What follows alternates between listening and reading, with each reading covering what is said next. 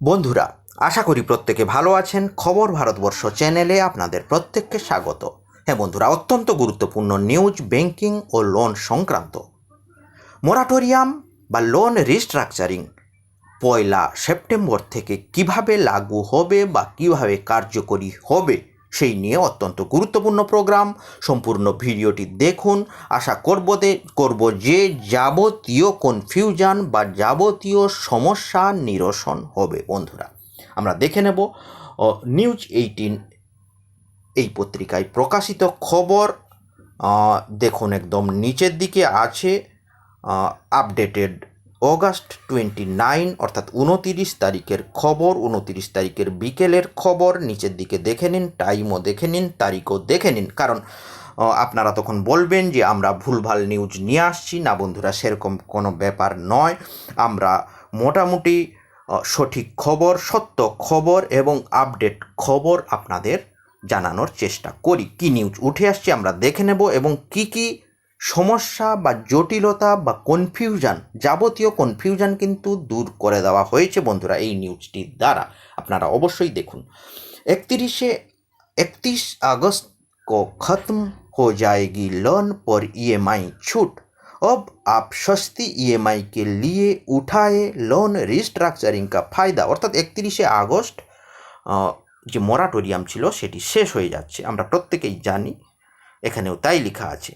কিন্তু তারপরে বলছে কিন্তু ঋণ গ্রাহক যারা আছেন তারা কিন্তু লোন রিস্ট্রাকচারিংয়ের সুবিধা বা তার ফায়দা নিন এবং সেটির জন্য অ্যাপ্লাই করুন। এবং সেই সংক্রান্ত অত্যন্ত গুরুত্বপূর্ণ প্রোগ্রাম আমরা দেখে নেব কি নিউজ উঠে আসছে।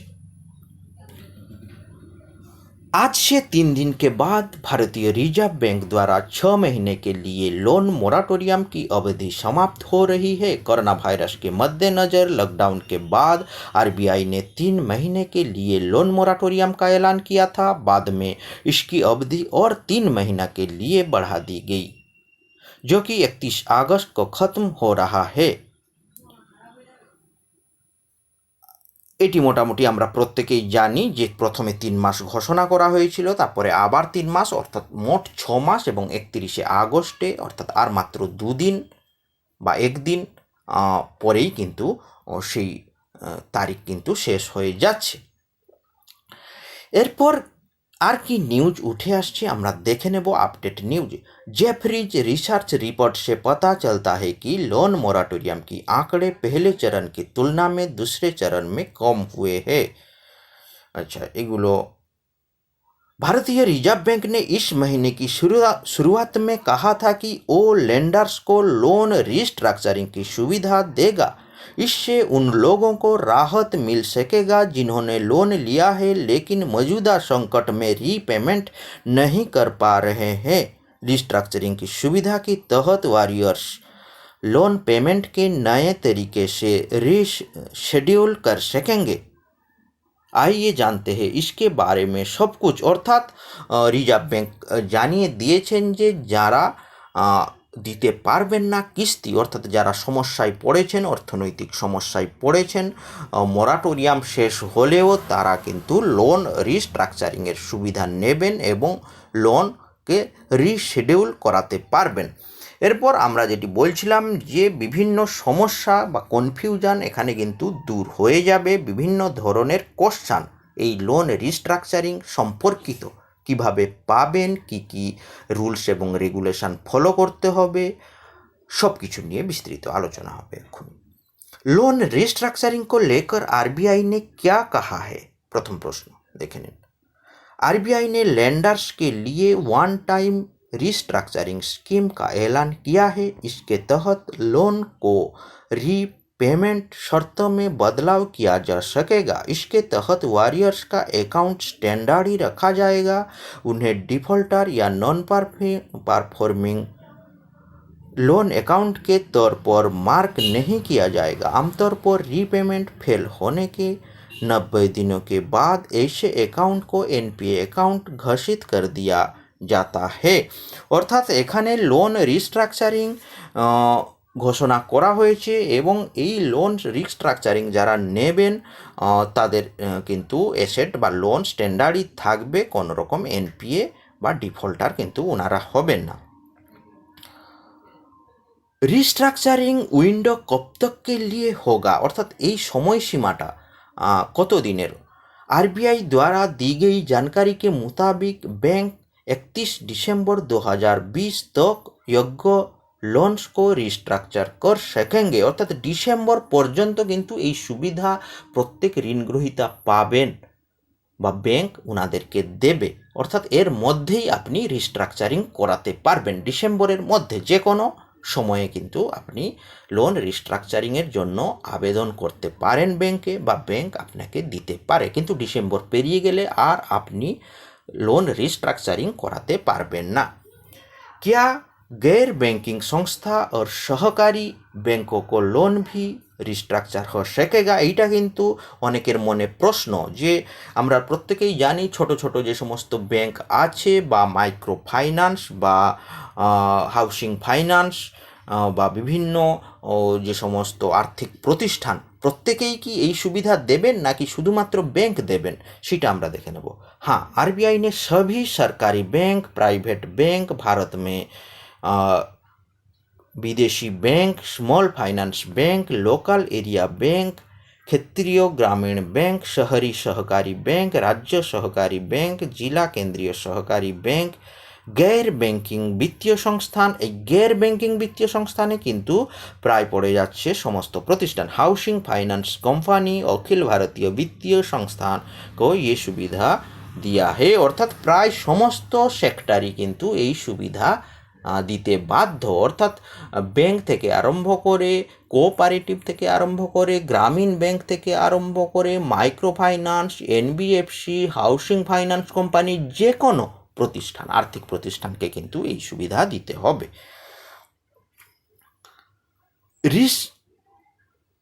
হ্যাঁ, তারপরে কি থাকছে, क्या सभी लोन রিস্ট্রাকচারিং के लिए যোগ্য होंगे, এদিকে আছে क्या सभी लोन রিস্ট্রাকচারিং के लिए যোগ্য होंगे, অর্থাৎ কি সমস্ত লোনই কি রিস্ট্রাকচারিংয়ের জন্য যোগ্য, যে কোনো লোনই কি রিস্ট্রাকচারিংয়ের জন্য যোগ্য।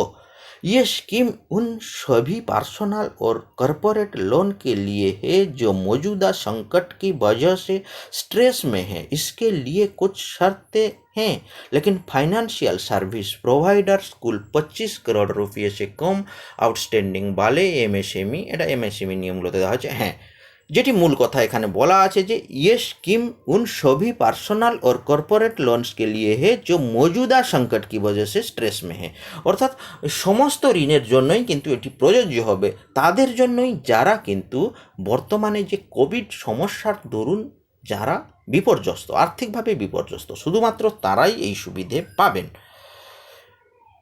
इस स्कीम के तहत वॉरियर्स के लिए क्या शर्त है, হ্যাঁ কি শর্ত আছে, क्या शर्त है, শর্ত আমাদের জেনে নিতে হবে। इस स्कीम का लाभ केवल वही वॉरियर्स ले सकेंगे जिन्होंने अब तक समय पर लोन रीपेमेंट किया है।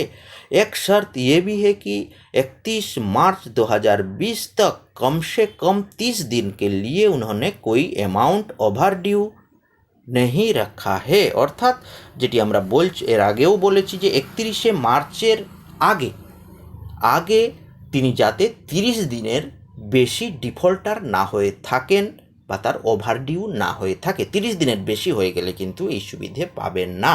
पर्सनल लोन लेने वाले लोगों को रिस्ट्रक्चरिंग का क्या लाभ मिलेगा, किसी वॉरियर के लिए लोन रिस्ट्रक्चरिंग का मतलब होगा कि उनके लोन की शर्त में बदलाव होंगे, जैसे पेमेंट को रिशेड्यूल किया जाएगा, छोटे लोन के लिए ब्याज में बदलाव, मोराटोरियम अनुदान देने जैसे बदलाव होंगे। ये 2 साल से ज़्यादा के लिए नहीं होगा।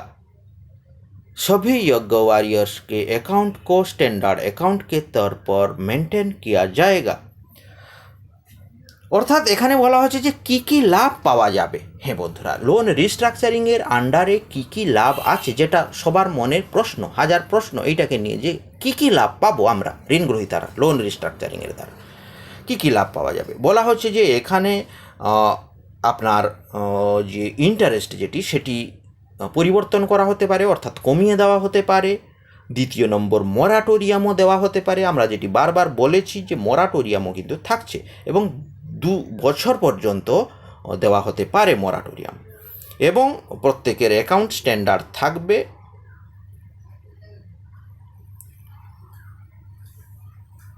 पर्सनल रिस्ट्रक्चरिंग के लिए बैंक का क्या नियम है? लेंडर्स बैंक को किसी भी लोन को रिस्ट्रक्चर करने या रिजोल्यूशन के लिए 90 दिन का समय दिया जाएगा। अगर इस अवधि में इसे लागू करने में फेल होते हैं तो उन्हें कोविड-19 लोन रिस्ट्रक्चरिंग स्कीम के तहत कोई लाभ नहीं मिल सकेगा। उन्हें लोन को नॉन परफॉर्मिंग एसेट घोषित करना होगा। অর্থাৎ 90 দিনের মধ্যেই কিন্তু রিস্ট্রাকচার বা রিজলিউশন করাতে হবে। এটা কিন্তু অত্যন্ত ইম্পর্টেন্ট। অর্থাৎ সেপ্টেম্বর, অক্টোবর, নভেম্বর, ডিসেম্বর, 90 দিন সময় দেওয়া হচ্ছে। তার মধ্যে যদি না করেন কেউ, রিস্ট্রাকচার कोई লাভ नहीं मिल सकेगा, অর্থাৎ তার কিন্তু কোনো লাভ তিনি পাবেন না। এবং তারপরে যদি তিনি তার ঋণ মেটাতে না পারেন, কিস্তি মেটাতে না পারেন, সেক্ষেত্রে এনপিএ হয়ে যাবে। रिस्ट्रक्चरिंग के लिए आरबीआई एक एक्सपर्ट कमेटी भी बना रही है, इसकी क्या भूमिका होगी? अनुभवी बैंकर केबी कामत की अगुवाई में एक एक्सपर्ट कमेटी भी बनाई जा रही है। ये कमेटी आरबीआई को इस लोन रिकास्ट स्कीम के बारे में सलाह देगी। ये कमेटी कुछ फाइनेंशियल पैरामीटर्स के एक लिस्ट की सिफारिश करेगी जिसे रिजोल्यूशन प्लान के वक्त ध्यान रखना होगा। अर्थात पुरो ব্যাপারটি বা পুরো সিস্টেমটাকে কিন্তু এই কেবি কামাত যে কমিটি তার নির্দেশ অনুযায়ী বা তার পরিকল্পনা অনুযায়ী চলবে। रिस्ट्रक्चर्ड लोन को बेड लोन में तब्दील होने की संभावना है। आरबीआई इसे निपटने के लिए क्या कर रही है? अर्थात रिस्ट्रक्चर लोन की बेड लोन हो যেতে পারে বা এনপিএ হয়ে যেতে পারে। मौजूदा नियम के तहत बैंकों ने अपने कुल लोन का 15% हिस्सा प्रोविजन बफर के लिए रखा है। हालांकि कोविड-19 विंडो के तहत आरबीआई ने इस बैंकों से कहा है कि वे फिर से बातचीत के बाद कर्ज का 10% हिस्सा अलग से रखें। ये पर्सनल लोन और कॉरपोरेट लोन के लिए होगा। हालांकि कॉरपोरेट लोन के लिए जिन लेंडर्स ने इन्वोकेशन के 30 दिन के अंदर आईसीए साइन नहीं किया है, उन्हें इस रकम का 20% हिस्सा अलग से रखना होगा। तो মোটামুটি আমরা এই গুরুত্বপূর্ণ ব্যাপারগুলো নিয়ে আলোচনা করলাম। লোন রিস্ট্রাকচারিংয়ের কী মূল ব্যাপারগুলো, কী তথ্য, কী কনফিউশন, সব কিছু নিয়ে মোটামুটি আলোচনা করলাম বন্ধুরা। এই ধরনের প্রোগ্রাম পেতে অবশ্যই চ্যানেল সাবস্ক্রাইব করুন, লাইক, কমেন্ট, শেয়ার করুন। সবাইকে অসংখ্য ধন্যবাদ ও নমস্কার জানিয়ে এখানেই শেষ করছি।